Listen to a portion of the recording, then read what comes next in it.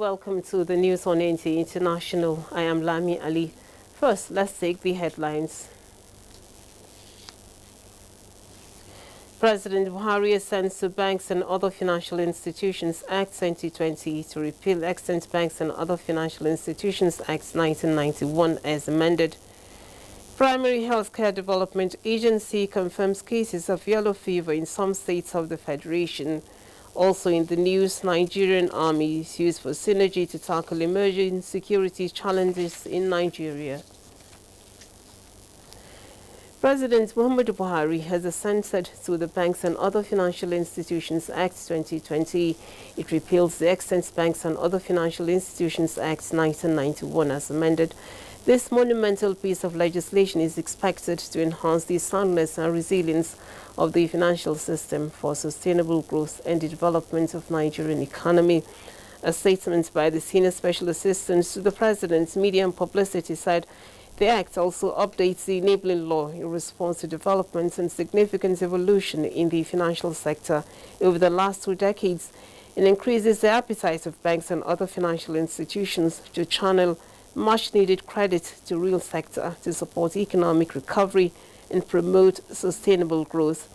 It strengthens the regulatory and supervisory framework for the financial industry and provides additional tools for managing failing institutions and systemic distress to preserve financial stability, amongst others.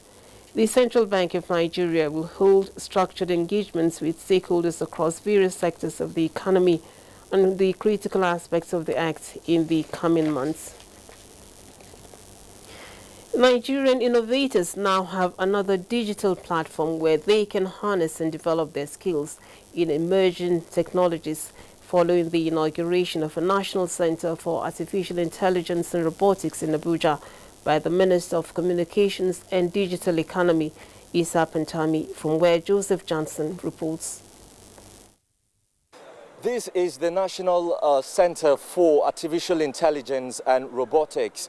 It was constructed by the National Information Technology Development Agency, NITDA, and equipped with state-of-the-art facilities.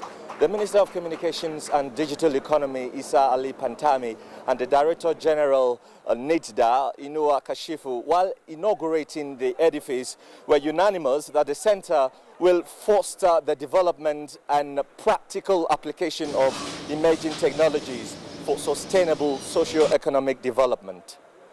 The center is not aimed at resolving our problems of today, but rather it is a proactive center that we try to predict what we anticipate to happen in the next 2, 3, 5 or 10 years. Sit down critically, come up with a solution to that challenge so that when the time comes up, the solution will be ready on the table. And it is going to enable at least 5 pillars of the 8 strategic pillars of National Digital Economy Policy for Digital Nigeria. The project, many here say, is yet another milestone towards achieving a digital Nigeria.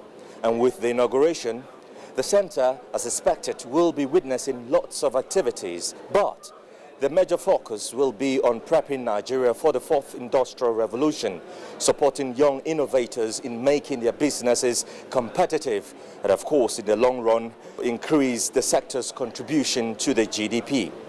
From the National Center for Artificial Intelligence and Robotics in Abuja, Joseph Johnson, NTA News. The Primary Healthcare Development Agency has confirmed cases of yellow fever in some states of the Federation and has swung into action to address it. Executive Director of the agency, Dr. Faisal Shoaib, told the Senate Committee on Primary Healthcare and Communicable Diseases when he appeared before the committee to defend the 2021 budgets of the agency. John Yaku reports that the Nigeria Center for Disease Control and the National Agency for the Control of AIDS also appeared. Have yellow fever outbreak in some part of the country. Not Enugu, Bauchi, Delta, and we are still counting. I don't know, Benue, the other time they said they reported strange disease. I don't know if it may be yellow fever at the end of the day. Within less than 24 hours after we received reports of the outbreaks of yellow fever in this state, we actually deployed our staff that are the front line to go and investigate, working together with the Nigerian Center for Disease Control, while at the same time carrying out a rapid outbreak response with immunization of people that live in the affected communities. While commending the agency on the total eradication of polio in the country, the committee called for surveillance against reinfections in the country. Meanwhile, the Nigeria Center for Disease Control was urged to replicate the model of COVID-19 isolation center in Gwagwalada across the 36 states of the Federation as a permanent health response facility during emergencies. Chairman of the committee, Chukwuka Otaze, said this investment in the health sector will prepare the country to face future health emergencies. Nigerians were used to our being reactionary. Anytime we have issue, we run, let us get a firefighting approach. Once it is over, everybody goes. For this model, awards have been given through the Redice project for 5 new centers about 5 months ago, but the process has just been finalized in Enugu, Lagos, Port Harcourt, Kano, and Ilorin. The National Agency for the Control of AIDS, on its part, wants to empower people living with HIV to reduce infections in the country. Poverty makes them vulnerable, and because of that, they engage in risky behavior. Polio has left Nigeria. We're also expecting that in no distant time, HIV will be a thing of the past. John Yaku, NTA News. Dr. Olorunfemi Joseph Adebayo, a consultant physician endocrinologist, Federal Medical Center, Lokoja, now joins us via Zoom to talk more on the outbreak of yellow fever in some parts of the country and steps to be taken to curtail further spread. Dr. Adebayo, welcome to NTA International News.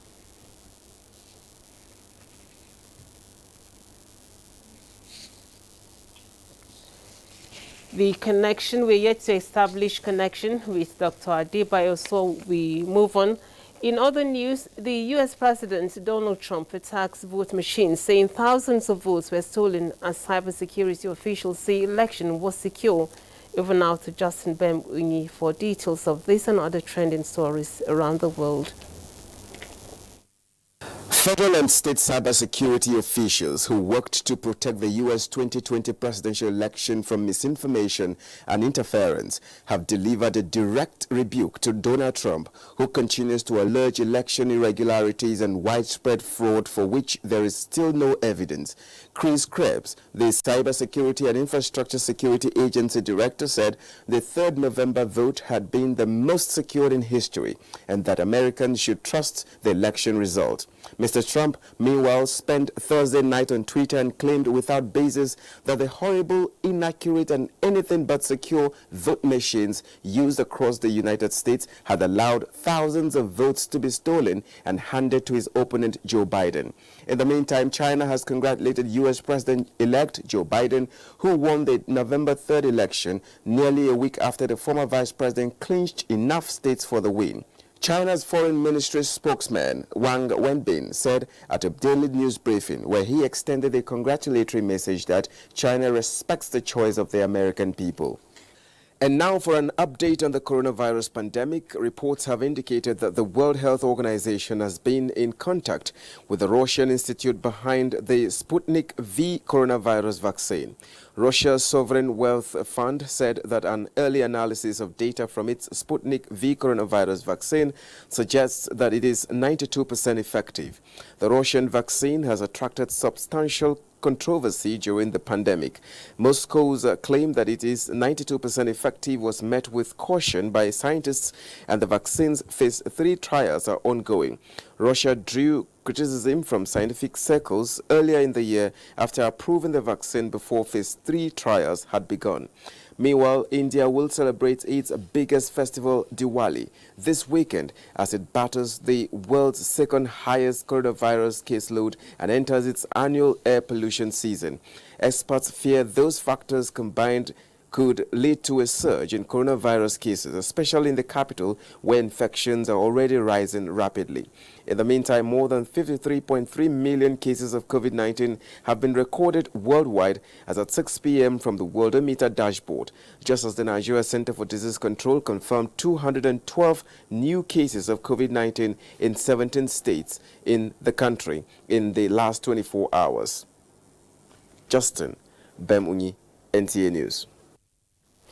And still on health matters, the World Health Organization has held a seminar for journalists in Imo State to boost effective sensitization on the reality of COVID-19 in Nigeria and the projected spike of infection. Reina Ohiri was there and now reports. Since the announcement of the first case of COVID-19 in Nigeria, the media has played a major role towards enlightening the public on the harmful effects of the virus and the need to adhere to preventive measures. Their duty as information disseminators, therefore, prompted this media sensitization seminar aimed at preventing distortion of information on COVID-19. The state coordinator, World Health Organization Imo State, Dr. Sebastian Oku, says media practitioners must brace up to the challenge of enlightening the public on the fact that the virus still exists, hence they need to stay safe. And when we partner with the media, we can reach the communities more easily, which is why we have invited the media and for them to assist in mobilizing the communities. The media has done so well in terms of sensitizing communities about what COVID is, how it can be transmitted, what they need to do when someone is infected and all of that, and how we can prevent COVID. Some of the participants described the seminar as an eye-opener. It will impact on my reportage, that we have to change, and those critical areas will have to be emphasized. We learned that we should not relax thinking that COVID has gone. We, the journalists, we should tell them that no, COVID-19 is real and is here. With the second wave of the infection being projected by the World Health Organization, the need to play by the rules of COVID-19 has become pertinent. In Owerri, Reina Ohiri, NTA News. With the unexpected challenge of COVID-19 pandemic and the subsequent protracted lockdown, there has been innovation and continuing education. Let's join Adebola Brooksman Sunday on a focal point national conference by the Nigerian Institution of Space Engineers in Abuja. After its devastating effects, COVID-19 became an eye-opener on the usage of online for teaching and learning.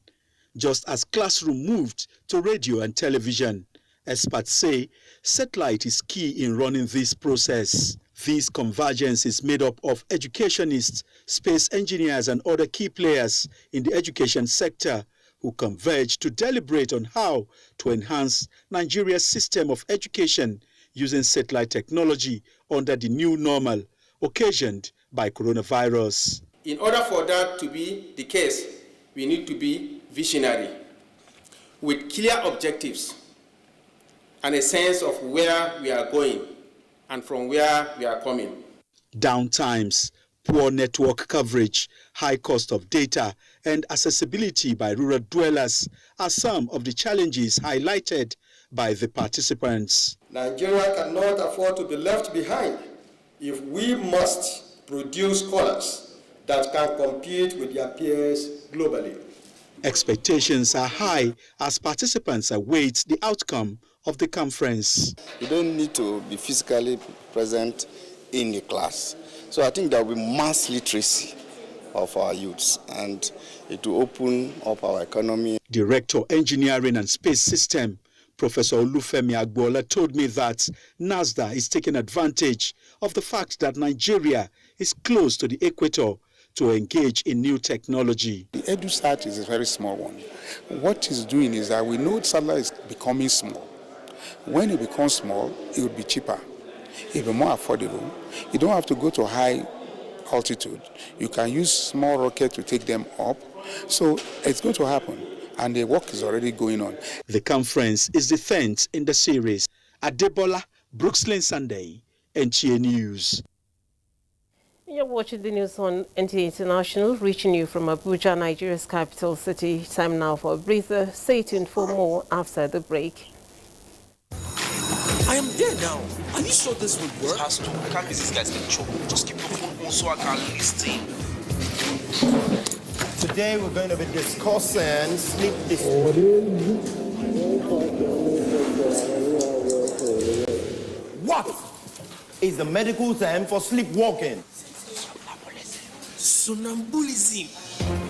Correct. Get free Intel to Intel calls and experience HD quality conversations every time. Intel. Live more.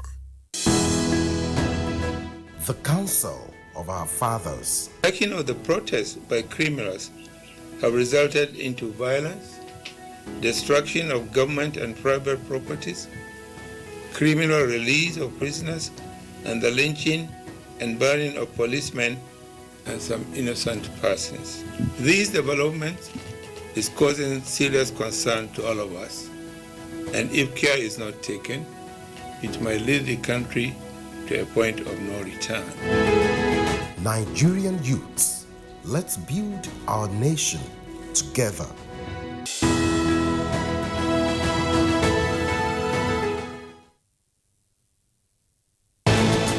Thank you for staying tuned. Now, the conduct of the 15 by-elections in 11 states earlier scheduled for October 31st has been fixed for 5th of December 2020. The Independent National Electoral Commission, INEC, National Commissioner for Information, Festus Okoye, in a statement indicates that the new date was taken after a series of stakeholders' meetings. INEC appeals to voters and stakeholders in the states with pending by-elections to continue to cooperate with the Commission in its efforts to deliver credible elections under a safe environment. The Cross River State Judicial Panel of Inquiry into Police Brutality and Restitution has received 39 petitions at its inaugural sitting in Calabar. Paul Abel reports that some critical constitutional issues were brought to the fore to enable implementation of recommendations put forth by the panel at the end of sittings. The chairman of the panel, retired Justice Michael Edem, reeled out terms of reference, protocols for sitting, and listened to the observations by the Nigerian Bar Association (NBA), representatives of petitioners, as well as other legal luminaries. There are some, irregularities that if we do not cure now, it will affect the jurisdiction of the panel. And at the end of the day, all what we'll do here would have been wasted. That is why we quickly said, instead of going ahead with the sitting or hearing today, let us resolve those observations that have been made, particularly the issue of jurisdiction. The petitioners are not against government of Cross River State, as it is erroneously printed there as petitioner versus government of Cross River State. One of them is the issue of representation of the appropriate respondents in the matter. That if the complaint is against the police, then the police needs to be served. We want to be more sure that whatever we are doing here will not be an exercise in futility. That an instrument is transmitted from the federal government to the state government, authorizing them to do what they are doing so that they can appropriately take responsibility for whatever recommendation that will be made by the Commission. Following observations, the panel interacted, and after consultations, it came up with resolutions and conclusion. So we've come to the conclusion that the interest of the panel would be better served if we adjourn this matter and come out with a position on the observations, crucial observations raised touching on jurisdiction. We'll like to reassemble again on Friday. The panel promises not to be sentimental in handling petitions and making recommendations with legal backings. In Calabar, Paul Abel, NTA News. Accountability, selflessness, and actualization of citizen-driven projects remain key to building a vibrant and progressive nation. These are part of recommendations made as the Commonwealth Society of Nigeria's lecture in Bridging Citizen Government Disconnect, experiencing the NSAS hijack protest. Elizabeth Omorui reports on deliberations of the meeting. The aftermath of the hijacked NSAS protest no doubt took its toll on the nation's economy, even as it grapples to combat COVID-19. In order for the nation not to experience such degree of violence, concerned Nigerians under the auspices of Commonwealth Society of Nigeria are advocating youth inclusion in governance. Let us love one another, because once we love one another, we will have each other. I shouldn't see you as Hausa and you shouldn't see me as Igbo. You don't know. I should see you as a fellow human being. I should see me as a fellow human being. Any area you find yourself, you have to lead well. But if you lead well, the thing will be climbing step by step to the top. Sir Jonathan Goodluck, in his paper on good leadership, noted that for Nigeria to remain enviable among the Community of Nations, the rule of law must be respected and attention given to critical areas of human endeavor. Until we start paying attention to education, tolerance, engaging the younger ones in the government affairs, then we'll get the 100% of the good leadership we are talking about. Eradication of poverty, attainment of the 17 SDGs, and good governance formed part of the discourse. In Abuja, Elizabeth Omori, NTA News. Nigerian youth group from the Niger Delta region has advocated more support for the Nigerian Television Authority for its commitments to the promotion of national unity and integration of the country. The group, which is called South Youth Initiative, drummed the support during the presentation of awards to the Director General of the NTA, Yakubu Ibn Muhammad. Abubakar Usman Akwanga reports. The group, which comprises large followership across the South-South geopolitical zone of the country, says NTA has lived above board in building bridges of unity and national integration. The organization ranked performance of NTA DG as high since assumption of office and pledged to partner the organization in highlighting challenges of the region as well as campaigns against drug abuse, rape and other social vices. We have carefully followed developments here in NTA and have observed that under your watch, NTA has maintained its significant position of pride of setting the pace with the utmost professionalism. This is a proof that the right person is in the right position in his office. Director General NTA Yakubu Ibn Muhammad appreciates the recognition and promised to sustain partnership with youth organizations in the promotion of good governance and national development. We are really ready to work with you to achieve the purpose of your establishment. What really interests us so much when we heard about the program you have designed that will address the drug abuse is something that is of paramount to the entire nation. NTA says it will remain in the front line for ventilating issues that will strengthen the bond of love and patriotism through its reportage and program content. In Abuja, Abubakar Usman Akwanga, NTA News. There is need for security agencies to synergize to tackle the various security challenges in the country and bring perpetrators to book. General Officer Commanding 6th Division Nigerian Army stated this as the opening of a two-day workshop on interagency approach in internal security operations. Jenny Basi reports.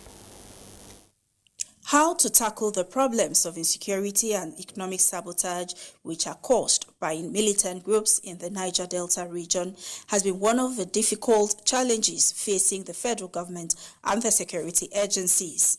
While government continues to search for solutions to this problem, the Nigerian Army are also stepping up efforts geared towards effectively tackling the menace. This workshop highlighted the interdependency of security agencies on each other and communal enforcement as against the dangers of individualism and single-service approach to solving internal security problems. We'll focus more on the synergy that has not been strengthened for some time, though the synergy has been there. But we believe at the end of this workshop, we will attain a greater height in our own challenges in fighting crime jointly. It is therefore through the participation of security agencies that the safety and prosperity of Nigeria and that of its citizens can be guaranteed. The workshop will herald the commencement of Exercise Crocodile Smile 6, which is an annual exercise conducted by the Nigerian Army in conjunction with other security agencies. In Port Harcourt, Johnny Bassi, NTA News. Nigerians living and working in Ghana under the auspices of Nigerian Union of Traders Association have presented a save-us-all letter requesting to be evacuated from Ghana. A delegation led by the President's National Association of Nigerian Traders, Dr. Kenu Koha, alongside the President of Nigerian Union of Traders Association in Ghana, presented the letter to the Chairman, Nigerians in Diaspora Commission, Abike Dabiri-Arewa in Abuja. In the letter signed by the 753 members, the association explained that the evacuation has become necessary because of the constant and consistent harassment, intimidation, torture and threat to life, as well as the total lockdown of their means of livelihood, as their shops have been locked for almost 1 year by the Ghanaian authorities. They said since all diplomatic crises at the highest level between Nigeria and Ghana have not yielded positive results, now landlords are coming to ask for rents. However, the chairman, CEO, Nigerians in Diaspora Commission, Abike Dabiri-Arewa, appealed for peace, stressing that all relevant stakeholders will continually be engaged. She said it is indeed sad that their shops have not been reopened for almost 1 year, citing draconian conditions against ECOWAS protocols of free trade and movement of goods and services. A statement by the Media Public Relations and Protocol Unit, NIDCOM, Gabriel Odu, said the NIDCOM boss, however, pleaded with the traders not to allow tempest rise, as she will convey their message for support to relocate back home to the appropriate authorities for further consideration.